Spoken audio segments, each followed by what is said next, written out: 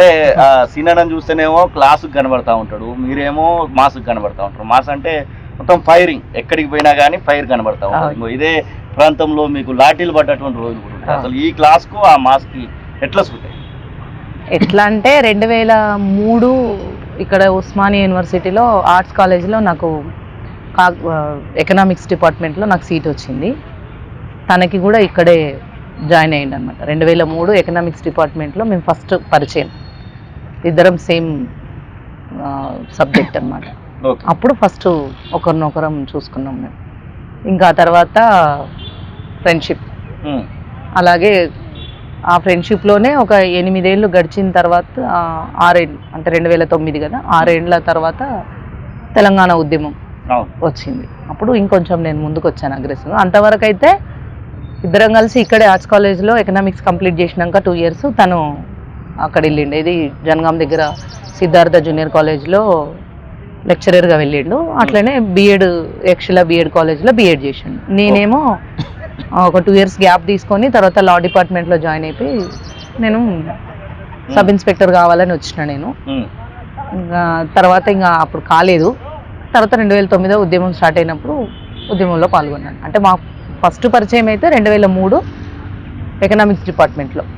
అంటే మీ విలేజెస్ ఏమైనా ఒక్క దగ్గర ఉన్నాయా? అంటే మీకేమైనా ఇక్కడే తొలి పరిచయం. ఇక్కడే తొలి పరిచయం. విలేజెస్ అంటే సేమ్ కాన్స్టిట్యున్సీ, వాళ్ళది నర్మేట, జనగామ పక్కన తరగెపుల నర్మేట, మాది కొమరవెల్లి దగ్గర మరిమిస్యాల. Same constituency. అప్పుడు ఉమ్మడి వరంగల్ జిల్లాలో సేమ్ ఒకే జిల్లా అనమాట. ఒకే జిల్లా ఒకే కాన్స్టిట్యున్సీ, మండలాలు వేరు.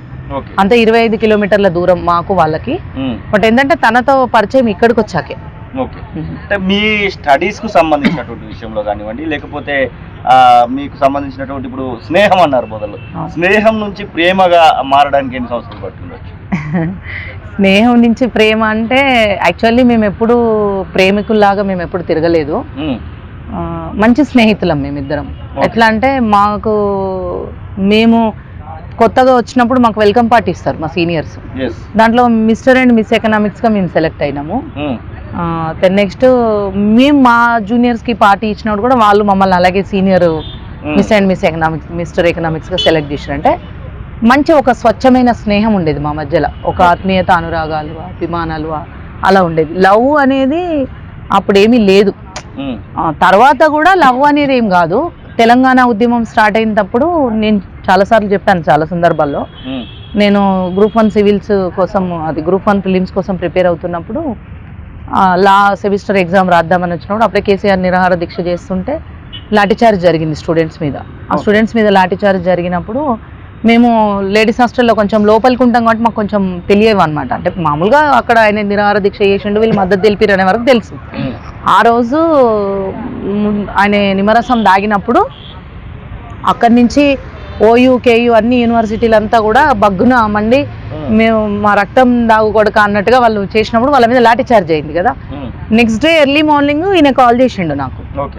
చిన్న ఫోన్ ఉండేది నా దగ్గర, నోకియా ఫోను, మా నాన్న కొనిచ్చింది. ఫోన్ చేసిండు. ఫోన్ చేసి ఏం చేస్తున్నారంటే మీకు సెమిస్టర్ ఎగ్జామ్ ముందుగా ప్రిపేర్ అవుతున్నామంటే వాళ్ళందరి రాత్రి వెళ్ళు తలకాయలు వలిగితే మీరు ఎగ్జామ్స్కి ప్రిపేర్ అవుతుండా అని అన్నారు. అప్పుడు బయటకు వచ్చినా ఇంకా నేను అప్పటి నుంచి ఉద్యమంలో ఇటే డైవర్ట్ అయిపోయినా. అకాడమిక్ తప్ప ఇక కాంపిటేటివ్ ఫీల్డ్కి వెళ్ళలేదు. అట్లా వచ్చినప్పుడు ఒక సంవత్సరం పాటు అంటే 2009 డిసెంబర్ 1కి మేము అట్లా ఉద్యమంలో ఎంటర్ అయినాక సంవత్సరం కాలం పాటు మేము ఉద్యమంలోనే పాల్గొన్నాం. అంటే మేజర్ ఇన్సిడెంట్స్ అన్నీ నాతోటి ఇక్కడ ఉన్నాడు. లాఠీ చార్జీలు కానీ, విద్యార్థి మహాగర్జన కానీ, అసెంబ్లీ ముట్టడి కానీ, పాదయాత్ర కానీ, ప్రతి దాంట్లో నాకు తోడుగా ఉన్నాడు ఈయన ప్రతి సంఘటనలో.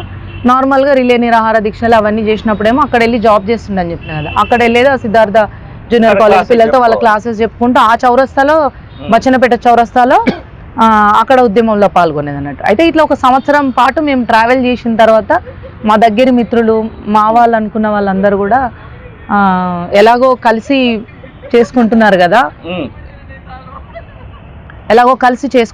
కదా, ఉద్యమంలో కలిసి వెళ్తున్నారు కదా, ముందుకు వెళ్తున్నారు కదా, మరి మీరు మంచి స్నేహితులు కదా, పెళ్లి చేసుకుంటే ఏముంది, తప్పేముంది అనేటువంటి ఒక ప్రపోజల్ పెట్టినప్పుడు మేము కొంచెం ఆలోచించినాం అన్నమాట. ఎట్లుంటుంది అంటే మాకు ప్రేమ, పెళ్ళి అనేటువంటి ఆలోచనలు లేవు. స్నేహితులం, మేము బెస్ట్ ఫ్రెండ్స్ అట్లనే ఉంటుంది.